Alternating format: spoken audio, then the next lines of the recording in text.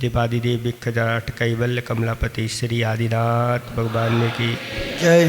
देवादिदेव विख्यात घाटोल के बड़े बाबा श्री वासुपूज भगवान ने की जय हो। देवादिदेव विख्यात वर्तमान शासन नायक महावीर भगवान ने की जय हो। परम पूजिक स्वाट आचार्य प्रवर्ग गुरुवर श्री विद्यासागर जी महामुनिराज की जय हो। परम पूजिक स्वाट राजर्षि अमोघ वर्ष महामुनिराज की जय हो। 3 कम 9 करोड़ मुनिराजों की जय हो। बोलो परम पूजिक स्वाट विमल सागर जी महाराज की, बोलो मुनि संघ की जय। पाठ करेंगे। कहा खलु नालंक्रियते दिष्टादिष्टार्थ साधन पटीयान कंठस्थितया विमला प्रश्नोत्तर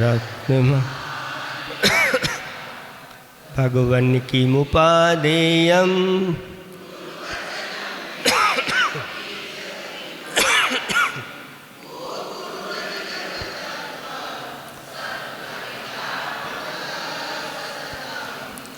त्वरितं किं कर्तव्यं विदुषा संसार संतते छेदा किं मोक्षतरोर्बीजं सम्यक् ज्ञानं क्रिया सहितं। धर्म स्नेही भव्यात्माओं, चौथे नंबर का यह छंद चल रहा है जिसमें 2 प्रश्न हुए हैं। किसी किसी छंद में 3 प्रश्न किए, कहीं कहीं 4, कहीं 2, इस प्रकार से अपनी प्रश्न करके उनके उत्तर दिए गए हैं। इसमें पहला प्रश्न हुआ था कि विद्वानों को शीघ्र क्या करना चाहिए, तो कहा कि वह संसार का छेद करना चाहिए, क्योंकि संसार रूपी एक वृक्ष है और उस वृक्ष की जड़ क्या है। संसार जो वृक्ष है इसकी जड़ क्या है, कहते हैं मिथ्यात् जड़ है।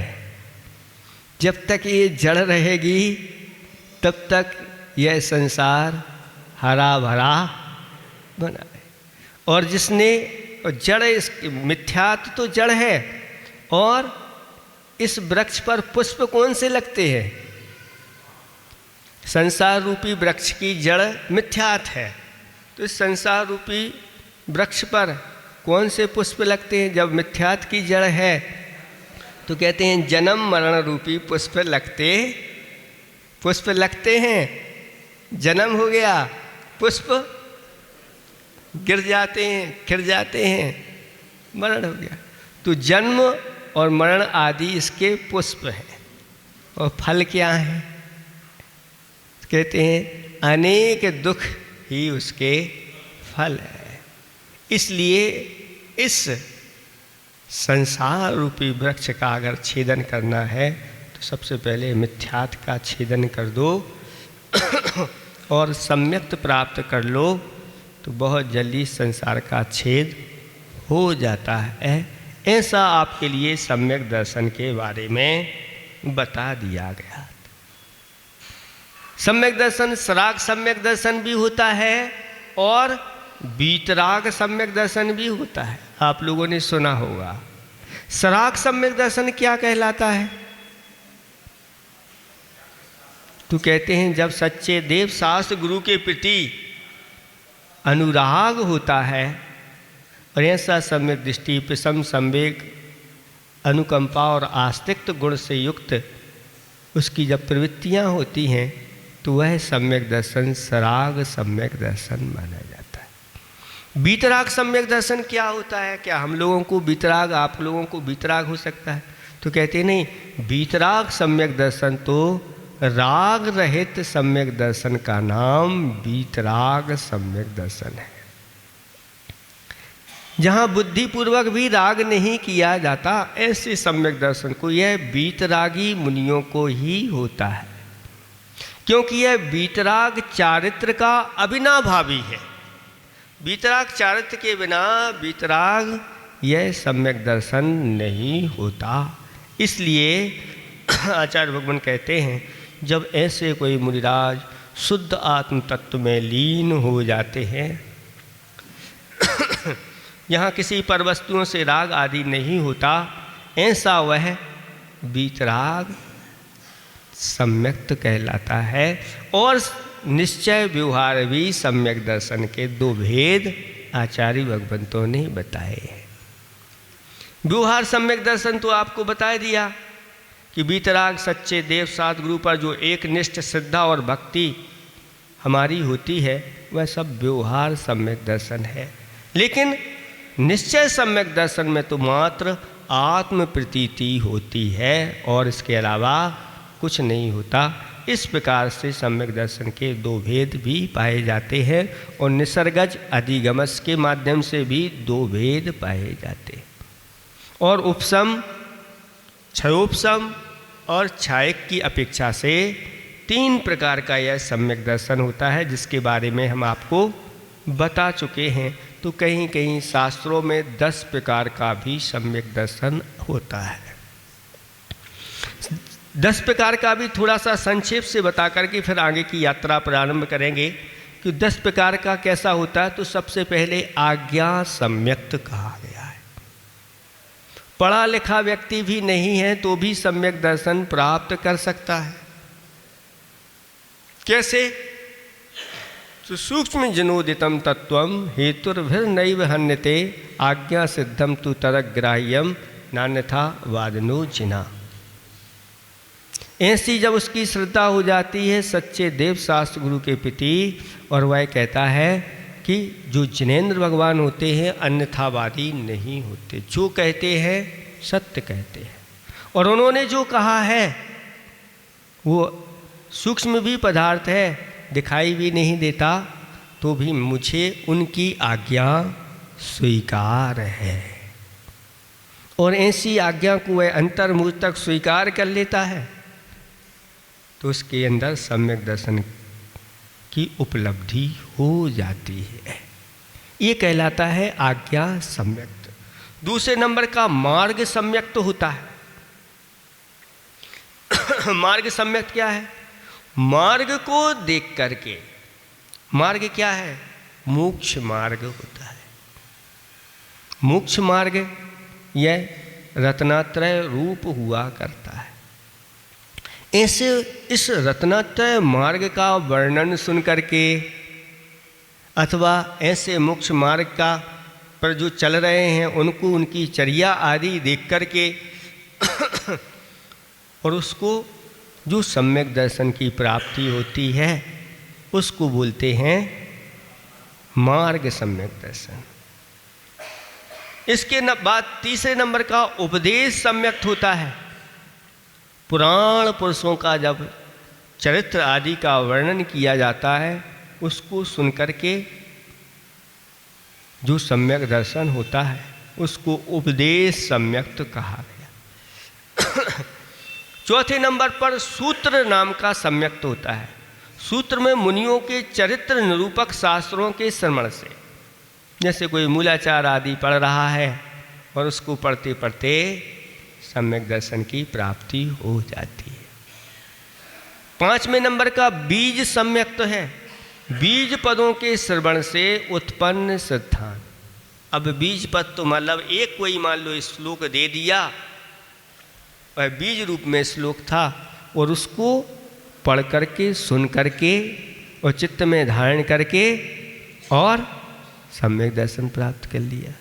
जैसे नमोकार मंत्र। ये नमोकार मंत्र क्या है? तो कहते हैं ये बीज पद है। उस बीज पद को हमने अच्छी तरह से अपने हृदय में धारण किया और सम्यक दर्शन प्राप्त कर लिया। तो ये बीज पद में गाथा भी हो सकती है, अथवा कोई छोटा सा सूत्र भी हो सकता है, अथवा कोई मंत्र भी हो सकता है। एक अक्षरी मंत्र के माध्यम से भी सम्यक दर्शन प्राप्त कर सकते हैं। कौन? ओम। इस ओम के ऊपर भी जब हमारी गाढ़ श्रद्धा हो गई कि इसमें पंच परमेष्टि हैं, इसमें द्वादशांग है, ये द्वादशांग का सार है, तो इस ओम का चिंतन मनन ध्यान आदि करते हुए और इस पर अगर श्रद्धा रख लेते हैं, इसके अंदर सब कुछ है, विश्व की सारी चीज़ें इसके अंदर। तो इस बीज पद के माध्यम से जो सम्यक दर्शन की प्राप्ति होती है उसको बीज सम्यक्त कहा गया है। हाँ, कुछ पूछना तो नहीं? मंगलाचरण से भूल, नमोकार मंत्र मंगलाचरण तो है ही, सबसे बड़ा मंगलाचरण ओम भी मंगलाचरण है। इस सब बीज पद में ही इस प्रकार से सिद्धांत करके सम्यक दर्शन की प्राप्ति। संक्षेप सम्यक्त, एक सम्यक्त होता है संक्षेप, समरी है ना, संक्षेप से। संक्षेप से क्या है? संक्षिप्त तात्विक विवेचन के श्रवण से उत्पन्न जो श्रद्धान होता है उसको मतलब ज़्यादा नहीं बताया, संक्षेप से देवशास्त्र गुरु का श्रद्धान करना, 7 तत्वों का श्रद्धान नाम बता दिए, इन पर श्रद्धान कर लो, तो ये संक्षेप सिद्धांत हो गया। और विस्तार सम्यक्त किसे कहते हैं? विस्तार माने अब तत्वों का विस्तार करो, पूरा का पूरा तत्वार सूत्र, उसकी वाचना करने के बाद जो सम्यक दर्शन होता है वो विस्तार से सम्यक दर्शन कहलाता है। एक होता है अर्थ सम्यक्त, वचन विस्तार के बिना केवल अर्थ ग्रहण से उत्पन्न तत्व श्रद्धान। जो भगवान की वाणी होती है उसको अर्थ रूप में लोग ग्रहण कर लेते हैं, विस्तार में नहीं जाते और सम्यक दर्शन प्राप्त कर लेते हैं। तो वो हो गया है वचन विस्तार के बिना सिर्फ केवल अर्थ ग्रहण से उत्पन्न तत्व श्रद्धान, अर्थ सम्यक्त कहलाता। और एक होता है अवगाढ़ सम्यक दर्शन, जो शुद्ध केवली आदि ऊपरवर्ती मुनिराजों के लिए होता है। 12वें गुणस्थान तक अवगाढ़, और इसके बाद जब केवल ज्ञान की प्राप्ति हो जाती है तो परम अवगाढ़ सम्यक्त की प्राप्ति हो जाती।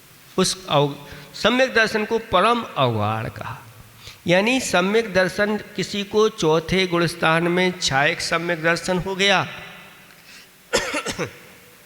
तो आचार्य भगवान कहते हैं इस छायक सम्यक दर्शन के जगन लब्धि स्थान और उत्कृष्ट लब्धि स्थान भी पाए जाते हैं। ऐसा नहीं कि एक ही प्रकार का हो, जैसे जैसे विशुद्धि बढ़ती चली जाती है उसके अनुसार सम्यक दर्शन में भी निखार आ जाता है। यानी हो तो गया है लेकिन अब इसमें और पावर लाना है, इसके लब्धि स्थानों को बढ़ाना है। तो कहते हैं अणुवृत्त बन गए, अगर उसने अणुवृत्त धारण कर लिए तो और आगे का हो जाएगा, संयम धारण कर लिया तो और आगे का होगा, शुद्धोपयोग में लीन हो गया तो उसके साथ तो निश्चय सम्यक दर्शन ये हो जाएगा। फिर 12वें गुणस्थान में अगर मोह का क्षय कर दिया तो फिर उसका अवगाढ़ सम्यक दर्शन, और फिर केवल ज्ञान के साथ जो सम्यक है, सम्यक तो वही लेकिन उसमें भी जैसे कोई एक वस्तु बनाते हैं और उसमें अनेक प्रकार से निखार लाते चले जाते हैं।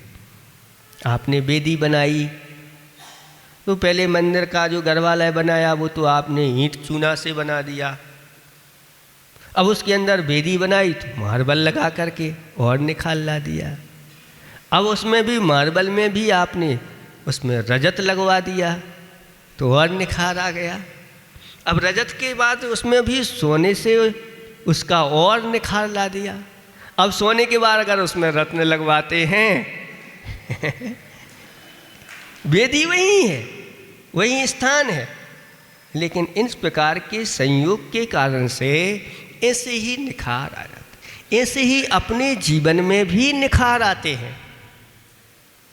कैसे निखार आते हैं? तो कहते हैं सम्यक दर्शन अगर प्राप्त कर लिया तो निखार आ गया अपने जीवन में उत्थान हो गया, नीचे से ऊपर पहुंच गया, गुणस्थान में वृद्धि हो गई।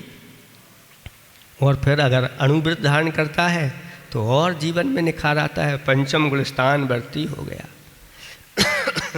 फिर और अगर आगे संयम को धारण करता है, मुनिराज बनते हैं तो और निखार आता चला जाता है, ये आर्याएँ बनते हैं तो और निखार आता चला जाता है, इसके बाद फिर आगे आगे की जैसी यात्रा गुण स्थानों की होती है, इस जीव के अंदर भी निखार आता चला जाता है।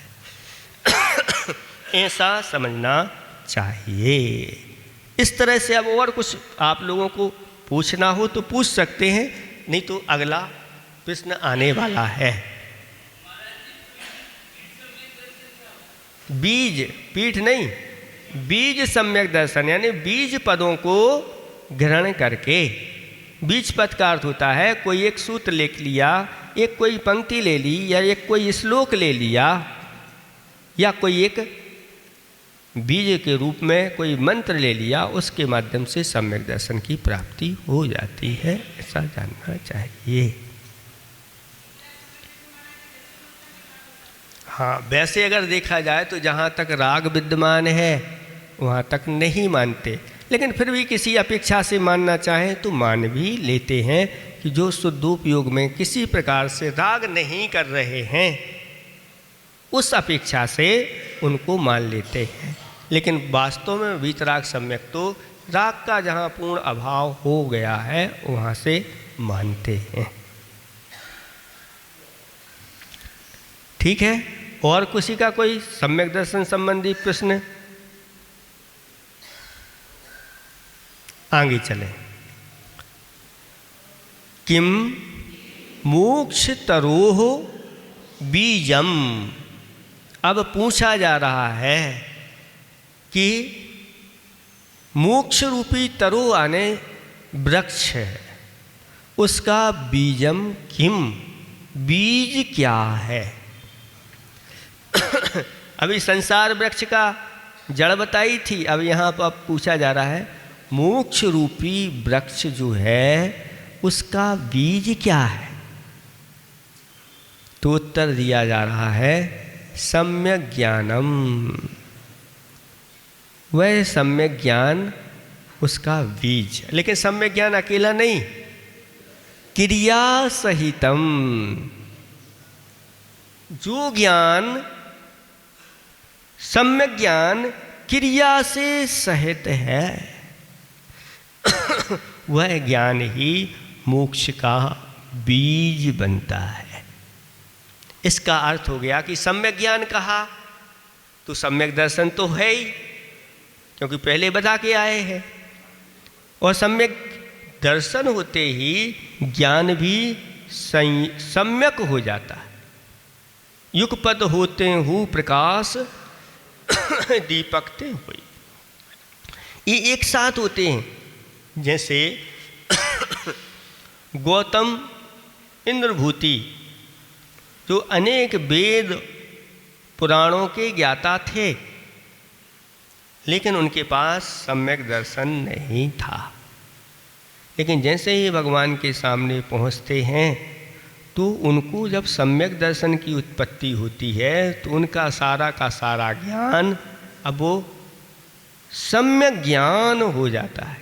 यानी उनको अब पता चल जाता है कि ये वेद पुराण जो हैं ये सही नहीं हैं, हम इनको सही मान रहे थे, अब इनको एक तरफ रख दो, अब जो भगवान बताएंगे वेद पुराण वो ही सही होते हैं, सब अंदर ही में, लेकिन अब ये गलत है ये सही है, इसका निर्णय होकर के श्रद्धान हो जाता है। तो उसी समय जिस समय श्रद्धान हुआ उसी समय ज्ञान भी हो जाता है। लेकिन इतने से ही मोक्ष की प्राप्ति नहीं होती। आचार्य भगवान कहते हैं ज्ञान तो बहुत हो गया, श्रद्धान भी है, लेकिन अगर आपने अपने कदम आगे नहीं बढ़ाए तो आप अपनी मंजिल को प्राप्त नहीं कर सकते। इसलिए मंजिल को पाना है तो चलना आपको आवश्यक होगा, और चलना है तो फिर आपके लिए चारित्र की ओर कदम बनाना है। यद्यपि सम्यक दर्शन मूल है,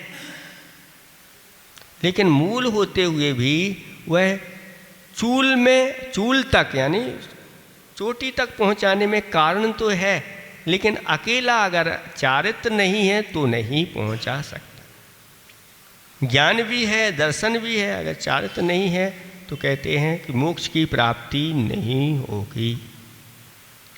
इसलिए शास्त्रों में जहाँ इनका वर्णन होता है तो कहीं कोई ना कोई अपेक्षा या प्रधानता से इनका वर्णन किया जाए।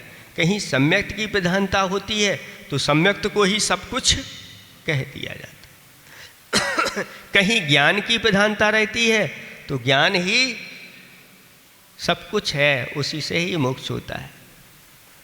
लेकिन आचार्य भगवान कहते हैं यहाँ जहाँ प्रधानता की जा रही है, लेकिन अगर चारित्र नहीं है तो मोक्ष की प्राप्ति नहीं होगी। वहाँ पर जहाँ सम्यक को प्रधान कहा जा रहा है, मतलब वहाँ सम्यक ज्ञान और सम्यक चारित्र है। जहाँ पर ज्ञान को प्रधान कहा जा रहा है यानी वहाँ सम्यक दर्शन भी है और सम्यक चारित्र भी है। और कहीं कहीं आचार्य भगवंतों ने चारित्रम खलु धम्मो ऐसा कहा कि निश्चय से तो चारित्र ही धर्म है। तो अकेला चारित्र मात्र नहीं, जहाँ ये चारित्रम खलु धम्मो कहा वहाँ पर सम्यक ज्ञान भी है और सम्यक दर्शन भी है।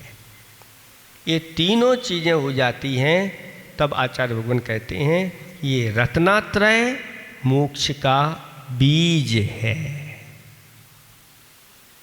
पहले तो ये बीज बोना पड़ेगा।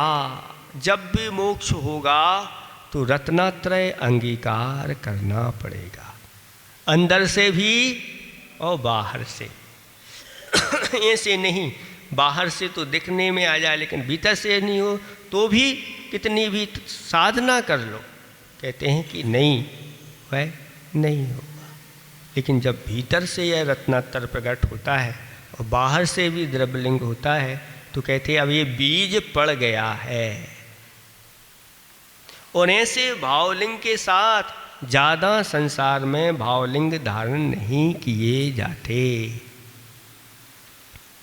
उपसम सम्यक दर्शन असंख्यात बार यह जीव ग्रहण कर सकता है, छूट सकता है। अणुव्रतों को असंख्यात बार ग्रहण करके सम्यक अणुव्रतों को, ऐसे नहीं, पंचम गुणस्थान को असंख्यात बार प्राप्त करके छूट सकता है।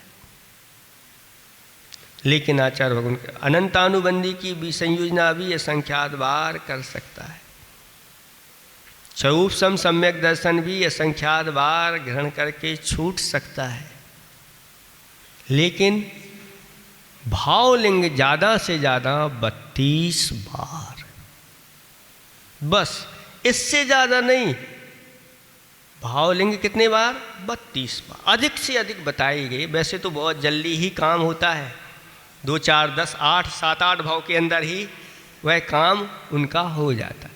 अगर बार बार भी कोई करे, मान लो किसी ने भावलिंग धारण कर लिया फिर कारणवशात छूट गया और बार बार करके फिर करके एक जीवन में भी अगर वो चाहे तो इतने से ज़्यादा नहीं करे। 32वें भाव बार में तो अगर उसी भाव में अगर 31 बार छोड़ करके और फिर पुनः ग्रहण कर लिया है 32वें बार तो कहते हैं अब वो मोक्ष जाएगा। ऐसी इससे ज़्यादा उल्लंघन नहीं कर सकता। ये महिमा इस चारित्र की है। तो आचार्य भगवान कहते हैं मोक्ष का अगर कोई बीज है तो वह है रत्नात्रय। और ये रत्नात्रय 5 पापों का जब पूर्ण त्याग करते हैं तब इस रत्नात्रय की प्राप्ति होती है। तापत्रय की दवा रत्नात्रय है। तापत्रय की दवा रत्नात्रय है, पियो तो सही। आपके शरीर में अनेक रोग हो जाते हैं और उनका आप क्या करते हैं? क्या करते हैं? दवा लेते हो? दवा लेते हो कि नहीं? दवा औषधि तो लेते हैं, दबाते हैं। कुछ औषधि दवा भी देती हैं, दवा के माध्यम से वह दब जाता है और बाद में फिर आ जाता है। आप कहते हैं ठीक हो गया, ठीक हो गया, और जल्दी से लाओ अब अच्छी अच्छी चीज़ें, और भोजन पान अच्छा हो गया तो फिर दोबारा वह आ जाता है। तो दवा के माध्यम से क्या हो जाता है, वह रोग दूर हो जाता है। तो शरीर के रोगों को दूर करने के लिए तो हम दवा लेते हैं, चाहे वह कहीं भी मिले। यहाँ नहीं मिले तो बांसवाड़ा पहुँच जाते हैं, बांसवाड़ा नहीं पहुँचे तो अहमदाबाद पहुँच जाते हैं, वहाँ नहीं मिले तो सूरत पहुँच जाते हैं, वहाँ नहीं मिले तो बॉम्बे, और वहाँ नहीं मिले तो विदेश से भी वह आप मंगवा लेते हैं औषधि हमें चाहिए। लेकिन इस आत्मा के साथ 3 रोग लगे हुए हैं, और ये रोग ऐसे नहीं, सबसे बड़े रोग हैं। कौन से हैं? 3 रोग सबसे बड़े, जन्म मरण बुढ़ापा जन्म। 3 रोग सबसे बड़े, मरण बुढ़ापा जन्म, और रत्नात्रय है औषधि। रत्नात्रय है औषधि।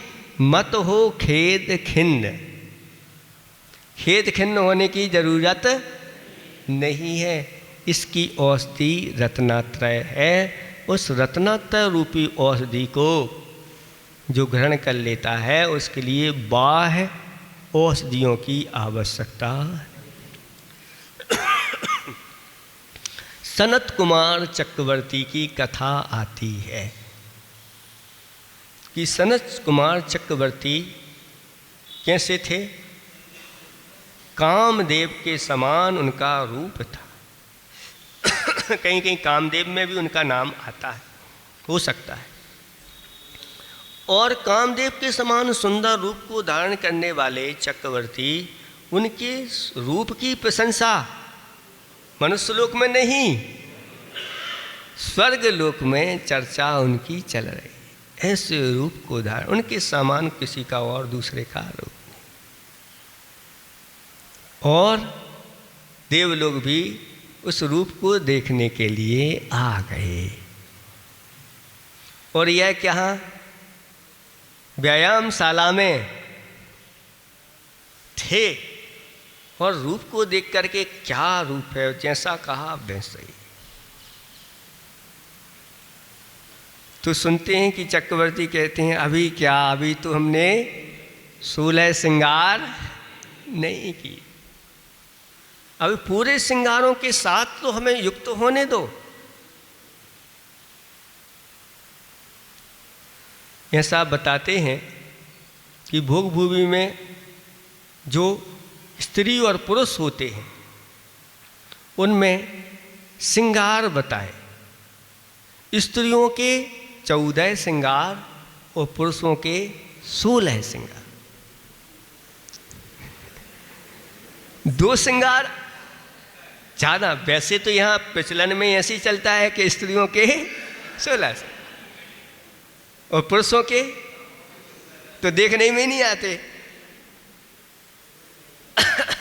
लेकिन वहाँ के जो स्त्री पुरुष होते हैं, पुरुष को आर्य कहा जाता है और स्त्रियों को आर्या कहा जाता है। और वहाँ पर उनके जो 16 श्रृंगार बताए पुरुष के, तो उसमें 2 अधिक होते हैं।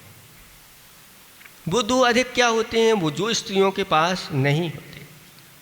तो कहते हैं एक कटार और एक तलवार। आप जब विवाह के लिए दूल्हा बन करके जाते हो तो कटार भी शायद उसको दी जाती है, कहीं कहीं तलवार भी हाथ में लेकर के जाते हैं। छतरी, और छतरी हैं तो अब लड़ने के लिए, अब ये युद्ध में उतरने के लिए जा रहे हैं, क्योंकि ये बहुत कठिन युद्ध है। इसमें जिसको जीत मिल गई तो मिल गई, नहीं तो अधिकतर लोग हारते हैं। जीतते कौन हैं? जो इन सब इसमें जा कर के और सबको छोड़ छाड़ करके और दीक्षा ले लेते हैं, घर का त्याग कर देते हैं, उनकी जीत हो जाती है। और जो फंस जाते हैं उनकी हार हो जाती है। इस प्रकार की व्यवस्था ये बनाई जाती है। तो वहाँ पर इस प्रकार का एक चीज़ कही है। तो वर्णन आपका चल रहा है कि जो मुनिराज होते हैं, जिन्होंने 5 पापों का त्याग कर दिया है, ऐसे रत्नात्रय के धारी होती हैं। और ये रत्नात्रय जो होता है, यह रत्नात्रय मुनिराजों के पास पाया जाता है। और जब उस की प्रशंसा की तो वह कहता है, अभी देखा क्या है आपने, 16 श्रृंगार आप देखिए, और जब मैं राजगद्दी पर बैठूंगा उस समय देखना। और हुआ यूं, जब राजगद्दी पर श्रृंगार के साथ बैठे तो देव लोग थे। देव तो सूक्ष्म से सूक्ष्म परिणमन पकड़ लेते हैं, और उन्होंने पकड़ लिया। और कर्म का उदय ऐसा आया कि चक्रवर्ती को भी ऐसा रोग हो गया जिसको कोढ़ रोग बोलते हैं। और जब चक्रवर्ती को शरीर में कोढ़ हुआ तो फिर 12 भावनाएं प्रारंभ हो गई। इस शरीर की अशुचिता के बारे में चिंतन किया, और चिंतन करते ही राजपाट छोड़ करके क्या हुआ, दीक्षा धारण कर ली। अब इसकी इलाज नहीं कराना। जो मूल रोग हैं, मूल जड़ों का इलाज कराना है। जन्म जरा मृत्यु रूपी रोग हैं, इनको अगर नाश करना है तो रत्नात्रय को, और उन्होंने रत्नात्रय को अंगीकार कर लिया। और ऐसी साधना तपस्या उनकी हुई कि उस साधना की चर्चा देव लोगों में फिर होने लगी कि साधना और तपस्या देखना है। शरीर के प्रति अगर निष्प्रही कोई व्यक्ति है तो वह हैं सनत कुमार चक्रवर्ती, जो मुनिराज बन गए हैं। वो मुनिराज आज तपस्या कर रहे। तब देव लोगों ने फिर उनकी परीक्षा की, और परीक्षा के बाद वैद्य का रूप बना करके आए, और हाथ में बैग को लेकर के, औषधि का थैला लेकर के, जो भी होता है कि हम बहुत पहुँचे हुए वैद्य हैं। और आसपास महाराज के घूमने लगे। जैसे यहाँ पर आते हैं ना सब्जी वाले, आवाज़ लगाते हैं, ऐसे ही महाराज तो ध्यान में बैठे हैं, अब इनके ध्यान को भंग करना है।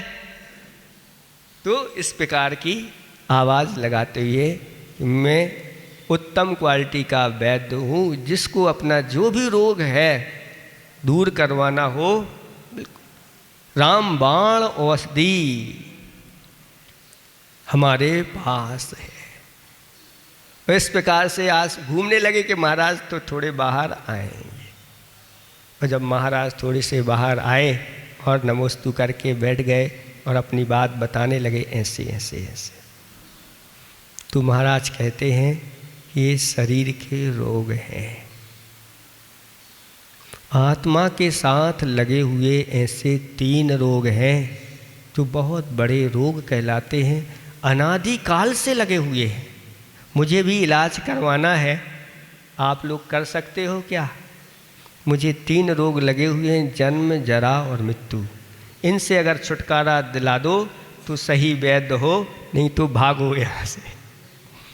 आप लोगों का कोई काम, तो बस वे लोग भी नतमस्तक हो गए कि महाराज ये शक्ति हम लोगों के अंदर नहीं है, ये तो आपके ही अंदर है, और आपने वह रत्नात्र रूपी औषधि ग्रहण कर ली है, और आप बहुत जल्दी संसार जन्म जरा मृत्यु से छुटकारा पा जाएंगे। इसलिए इस मोक्ष रूपी वृक्ष का कोई बीज है तो कहते हैं ये रत्नात्रय है, इस रत्नात्रय को अंगीकार करो। नरकों में ये नहीं मिलेगा, त्रियंचों में ये नहीं मिलेगा, देवों में भी नहीं मिलेगा।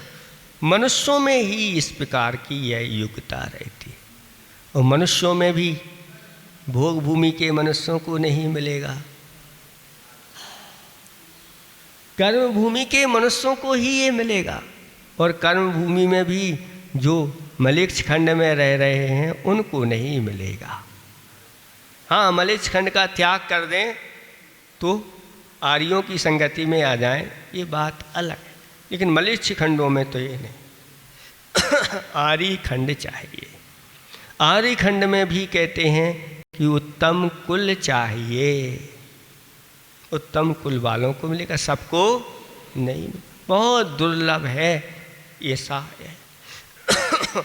और उत्तम कुल में भी जो जिनेंद्र भगवान के ऊपर आस्था रखने वाले हैं, सच्चे देव सास गुरु की श्रद्धा रखने वाले, उन्हीं को मिलेगा। आज कितना दुर्लभ है ये रत्नात्रय, इसलिए उस रत्नात्रय की प्राप्ति करने के लिए पुरुषार्थ करना चाहिए, तब जा कर के हमारा यह बीज अभी से डलेगा और आगे जा कर के मोक्ष रूपी वृक्ष पर ये अनंत चतुष्टय रूपी फल आदि उसमें अनंत गुणों के स्वामी अनंत फल उस पर लगने वाले हैं, ऐसा जानना चाहिए।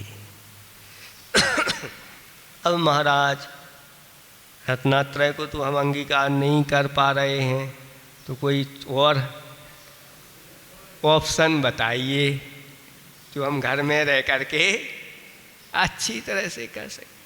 तो कोई बात नहीं, एक मुनिराजों का होता है धर्म और एक श्रावकों का, तो उसमें भी आप श्रावकों के योग्य आप व्रतों को अंगीकार करिए।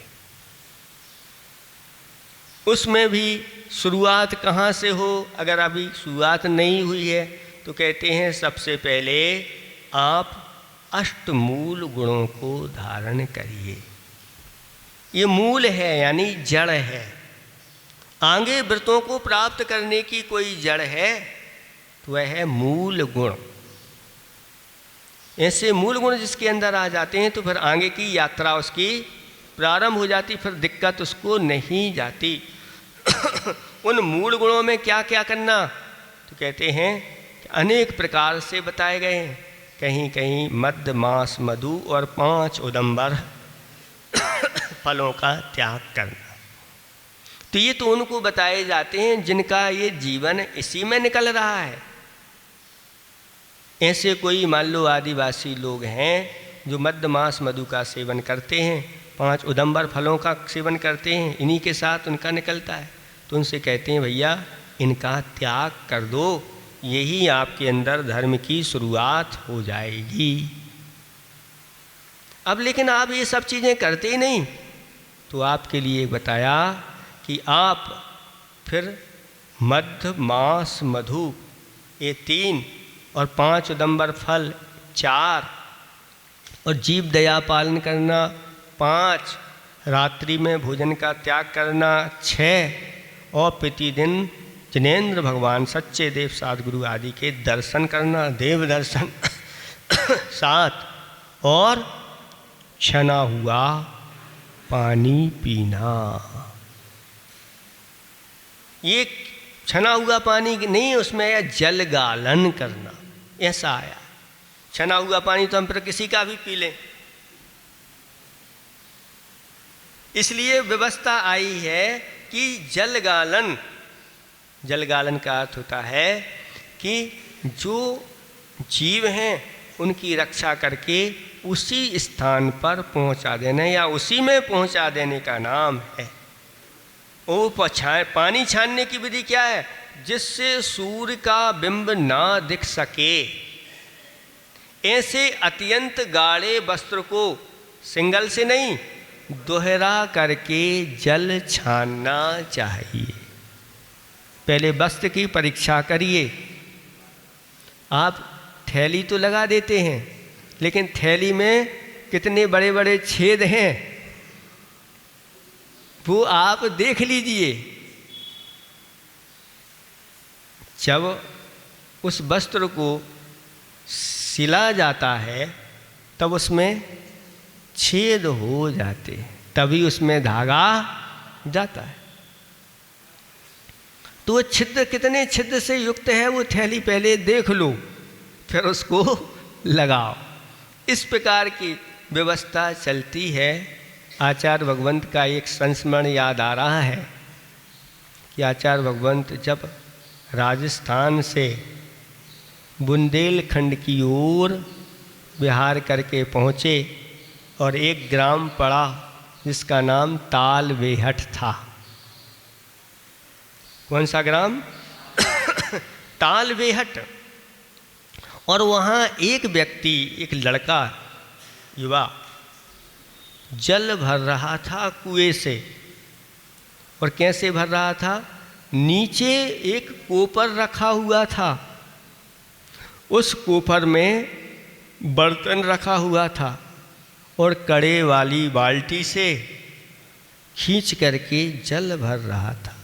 यानी बाल्टी से जो पानी गिरता है पीछे से, वो नीचे ना गिरे, वो परात में गिरे। ऐसे करके जल भर रहा था बड़ी सावधानी के साथ।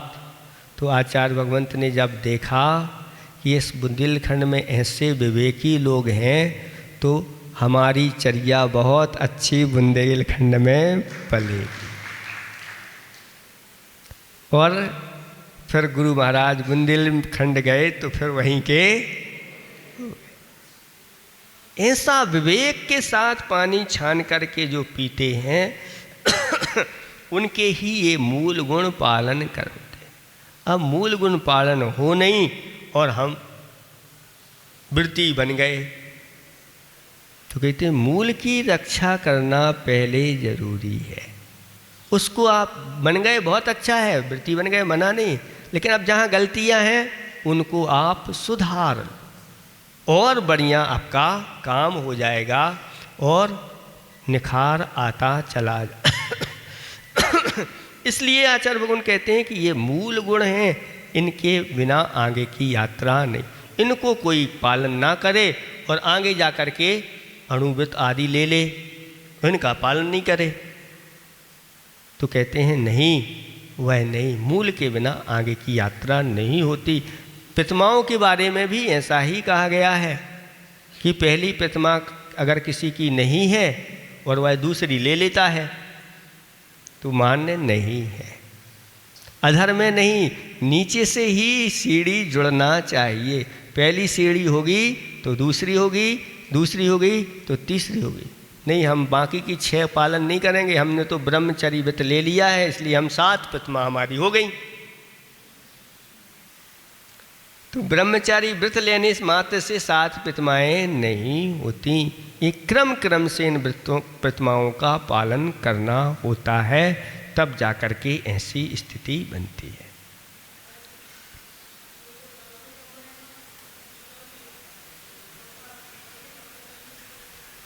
फल खाने का निषेध किया गया है, पत्ते आदि को लेने के लिए नहीं निषेध किया है, क्योंकि इनकी औषधियाँ आदि तैयार होती हैं और शास्त्रों में वर्णन किया गया है कि ये 24 तीर्थंकर के 24 वृक्ष हुए हैं और ये वृक्ष अपने आप में बहुत औषधि युक्त होते हैं और इनकी कुछ संयोजना के कारण से तो फल खाने के लिए निषेध है, क्योंकि फल में ही इस प्रकार के उड़ने वाले जीव पाए जाते हैं। अगर आप पीपल आदि का पत्ता ग्रहण करते हो औषधि के रूप में तो उसको मना नहीं। अगर पीपल आदि की छाल लेते हैं उसके लिए मना नहीं। उसकी जड़ का उपयोग करते हैं उसको मना नहीं। उसका पत्ता अगर ग्रहण करते हैं उसको मना नहीं। वो उदंबर फलों में नहीं, फल का अर्थ होता है जो उसमें फल लगते हैं, उस फल में सूक्ष्म जीवों की उत्पत्ति हो जाती है, इसलिए 30 जीवों के भक्षण करने का पाप लगता है, ऐसा जानना चाहिए। तो इस प्रकार से अगर ये 8 मूल गुण आ गए तो अपनी शुरुआत हो गई। कम से कम इतने दिन से स्वाध्याय कर रहे हैं आप लोग, ये 8 मूल गुण तो आपके अंदर आ जाना चाहिए। कौन कौन से? सबसे पहले नशीले पदार्थ, मद्य आदि और मांस आदि जीवों का कलेवर और हनी यानी शहद ये मधुमक्खियों के उगाल है। जो मुख में कोई वस्तु रख करके उगल देता है, ऐसे ही मधुमक्खियाँ उगल देती हैं और उगलने के बाद फिर उनका घर वही रहता है, वही उनके घर हैं। उन घरों में वह अपनी सामग्री को अपनी अपनी घरों में इकट्ठी करती रहती है। जैसे आप लोग अपने घर में परिग्रह इकट्ठा करते हैं, ऐसे मधुमक्खियाँ भी उनका परिग्रह वही मधु हुआ करता है। अपने लिए इकट्ठी करते हैं, आप लोगों के लिए नहीं। क्या आप अपना परिग्रह दूसरे पड़ोसियों को इकट्ठा करते हैं क्या?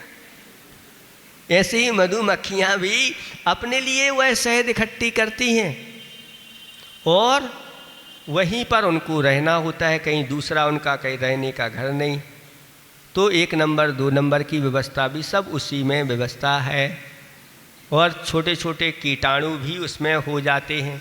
सूक्ष्म जीवों की उत्पत्ति भी उसके छत्ते में हो जा उन सबको छीन करके और फिर उसको निचोड़ लिया जाता है। उसका नाम शहद है, इसलिए उसको नहीं ग्रहण करना चाहिए। बच्चों को भी बचपन से शहद की आदत नहीं डालना चाहिए। बहुत सारी हमारा जैन आयुर्वेद है, आचार्य भगवंतों ने लिखा है और भगवान परंपरा से वह चला आया है।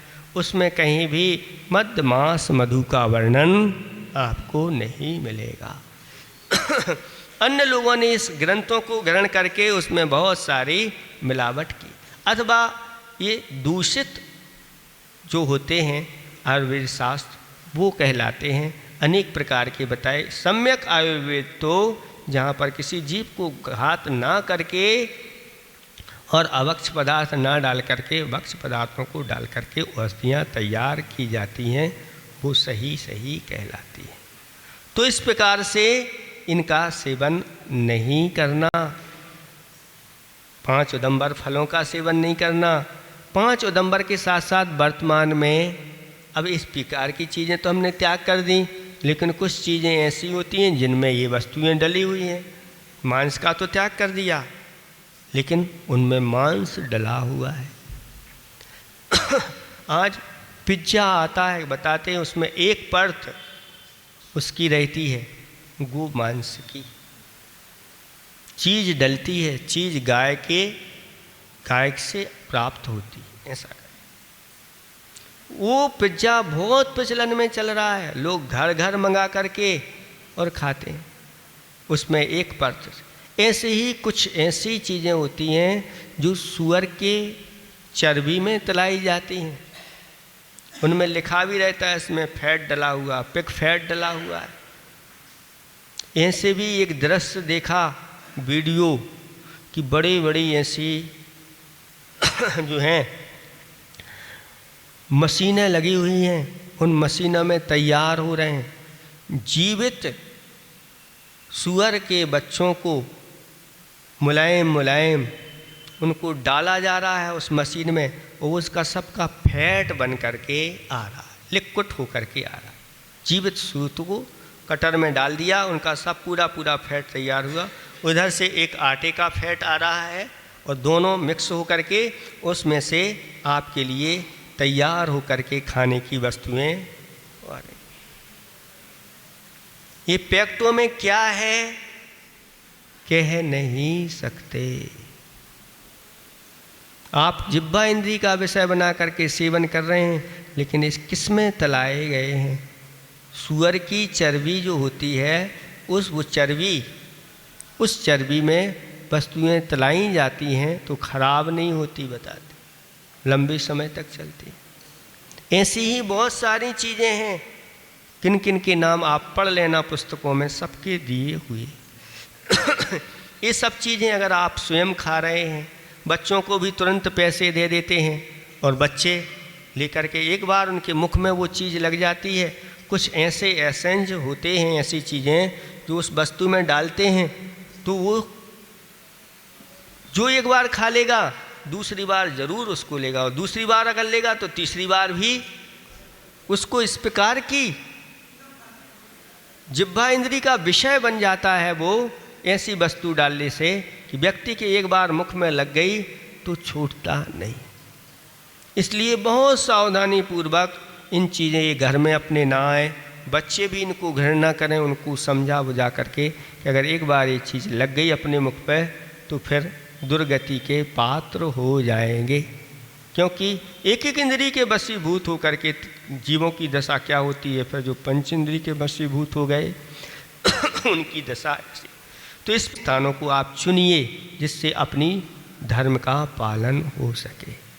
और कहीं मान लो मजबूरी में कहीं पहुंच गए हैं तो अब क्या करें महाराज, तो वहाँ से वापस उनको बुला लेना चाहिए, परिवर्तन करना चाहिए। अगर नहीं भी आ पा रहे हैं तो कुछ समय के लिए क्या करें, तो उनके लिए जिनवाणी कम से कम उनको भेज देना चाहिए, या उनको अपने पास जिनवाणी रख करके जब तक नहीं मिल रहे हैं तब तक उसकी आराधना करना चाहिए। इस प्रकार से नौ देवता में से किसी के भी दर्शन हो जाते हैं तो मान लेंगे ये बात है। लेकिन देव दर्शन का तो अर्थ सच्चे देव वितराग देव के दर्शन से वहाँ लेना। फिर भी आज वर्तमान में बहुत सारी स्थितियाँ आपकी बनती हैं तो इसके लिए इस प्रकार से भी कर सकते हैं। और छना हुआ पानी, इस तरह से ये 8 मूल गुण कहे गए हैं। इन 8 मूल गुणों को धारण करो। शुरुआत यही से आपकी है। और अगर इतना हो गया है तो आचार्य भगवान कहते हैं 8 मूल गुण और प्रकार के भी होते हैं। वो कौन से होते हैं? कहते हैं 5 अणुव्रत धारण करो और मध्यमास मधु का त्याग कर दो। इसमें सब आ जाता है। ये और हो गया, ये और पावरफुल हो जाता है। 5 पापों का एक देश त्याग कर देना, ये हो गया। तो इस प्रकार की विधि आप लोगों के लिए बताई गई है। अब यहीं से आप अपनी शुरुआत, कम से कम मूल तो हो। फिर आगे के बारे में हम आपको बाद में बताएंगे। आज आपका समय हो गया है। उकावत पिंटू भाई, अरविंद भाई परिवार की ओर से 40 ग्राम के 2 बिस्किट आए हैं और 5.25 किलो जो चांदी तो कहा तो इन्हें जो इन्होंने मूल नायक वासुदेव भगवान के सिंहासन के लिए, हाँ अरविंद भाई आ जाइए, पिंटू भाई और दोनों। ये महाराज जी दोनों भाई ऐसे हैं, जब भी कोई भी प्रसंग होता है, जब भी कोई दान की बात आती है, ये दोनों भाई पीछे नहीं रहते हैं